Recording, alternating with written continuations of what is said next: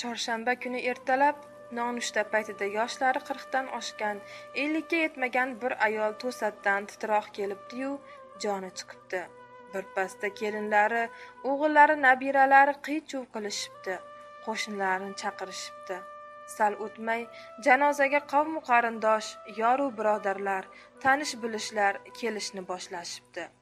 O'g'il onasi uchun bir yaxshi, taqvoli g'assol ayolni olib keldi va o'zi qabristonga go'rkov huzuriga borib, onasi uchun qabr hozirlashlarini va mayitni peshin namozi vaqtida olib kelishligini aytib tayinladi. G'assol ayol o'z ishini mayitning kiyimlarini yechishdan boshladi. Yotgan mayitning ko'ylagini qaychida kesib yechintirgan ediki, mayit badanini qurt bosib ketganini ko'rdi. G'assolga qarashayotgan mayitning 3-4 ta yaqinlarini hayratda yoqa ushlashdi. G'assol ayol bu hayratni bildirmay, o'zi bilgan duolari bilan ishni suv quyishdan boshladi. Bir xil qurtlar suvda oqib ketar, bir xillari tanadan ajratib bo'lmas darajada yopishib yotardi. So'ng g'assol ayol mayitni qornini bosib, qornini bo'shatmoqchi bo'ldi. U qornini ohista bosdi-hamki, qorinda yig'ilgan najas, axlat mayitning og'zidan qaynab chiqa boshladi. Ko'p urinishlarda 32 chelak suv bilan ham mayit tanasi toza bo'lmagan edi. Peshin namoziga yarim soat qolganida janoza uchun kelganlar mayitni ko'tarishga shay bo'lishdi. Odamlar juda ko'p edi. Kattaroq yoshdagi qo'shni erkak mayit tayyormi deb so'radi. Lekin mayit hali kafanlanmaganini ichkaridan eshitgach, unda peshin namozidan o'tibroq qo'yamiz, tezlashtiringlar, deya qattiq gapirdi. Eshik tagida tumonat odam yig'ildi. Asr vaqti kirdi. G'assol ayol amallab kafanladi va tobutda yotqizishdi. Odamlar tobutni ko'tarib, uydan olib chiqib ketishdi. Janoza o'qildi. Mayitning o'g'illari xilxonasi tomon odamlarni boshladi.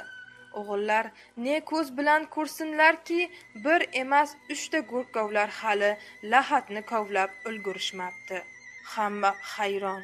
Go'rkovlar yarim metr ham yerni kovlab otisha olmagan edi. Qarindoshlar ichidan 90 yoshni oralagan bir mo'ysafid chol janozadagilarga yuzlandi va "Jon bolalarim, bu mayitga janoza o'qildi. Telefonlaringizni o'chiringlar. Amallab mayitni qabrga qo'yishimiz shart. Bu Allohning ishlari.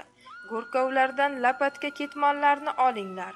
Men qabr ustida duo qilib Qur'on oyatlaridan o'qib turaman.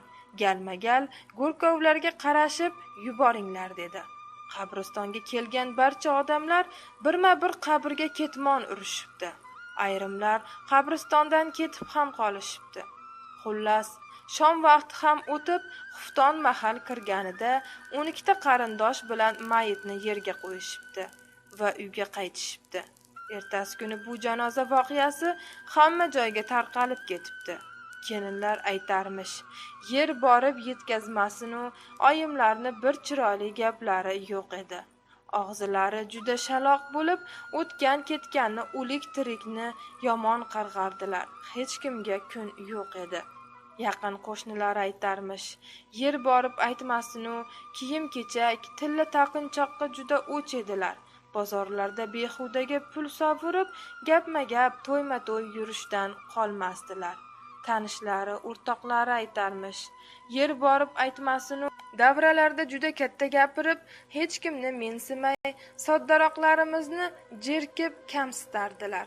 Odamlar so'rashibdi, astag'firulloh, bu ayolni ibodati, namozlari, tutgan ro'zasi, hech bo'lmasa yetim yesirga qilgan sadaqasi bormi?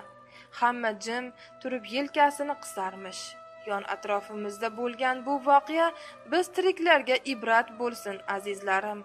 Fe'limizni keng qilib, bolalarimiz, yaqinlarimiz, qo'ni-qo'shnilarimizni dilini og'ritishdan, dil ozorlikdan saqlanaylik. Bu o'tkinchi dunyoda o'zimiz bilan faqat va faqat qilgan yaxshi amallarimizni, sadaqa savoblarimizni, beminnat qilgan yaxshiliklarimiz savoblarini olib ketaylik.